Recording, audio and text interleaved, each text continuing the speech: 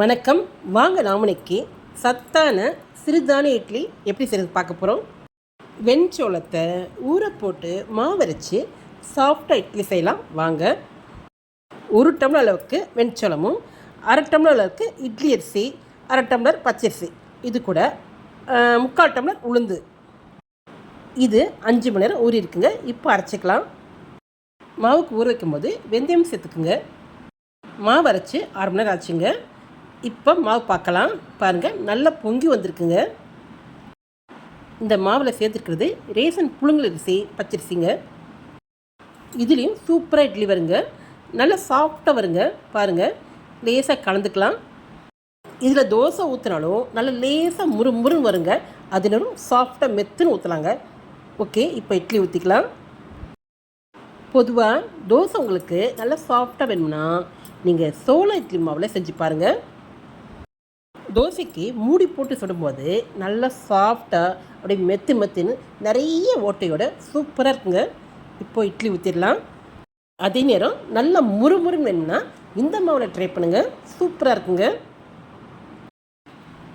நான் இன்றைக்கி இந்த சோள இட்லிக்கு சாம்பார், அதே நேரம் தேங்காய் சட்னி வச்சுருக்கீங்க. இட்லி வேட்டுங்க, வெயிட் பண்ணலாம்.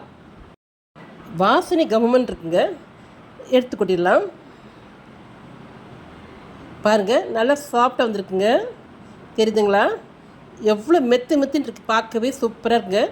அப்படி பூ மாதிரி இருக்குங்க. நாம் ரேசன் அரிசி சேர்த்துருக்கோம்.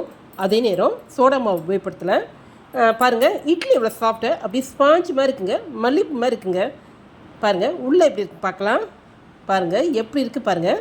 அப்படியே சாஃப்டாக இருக்கா? தெரியுதுங்களா? நீங்கள் இந்த சிறுதானிய இட்லியை கண்டிப்பாக செஞ்சு பாருங்கள். இதில் ஏராளமான நன்மைகள் இருக்குங்க. நம்முடைய வெண்சோள இட்லி ரெடி ஆயிடுச்சுங்க. இப்போ நம்ம பரிமாறிக்கலாம். எப்போ பார்த்தாலும் இட்லியான்னு கேட்குற சின்ன பசங்க கூட நீங்கள் சோள இட்லி செஞ்சு கொடுங்க. விரும்பி சாப்பிடுவாங்க. சாதாரணமாக 2 இட்லி சாப்பிடுவாங்க, 4 இட்லி சாப்பிடுவாங்க.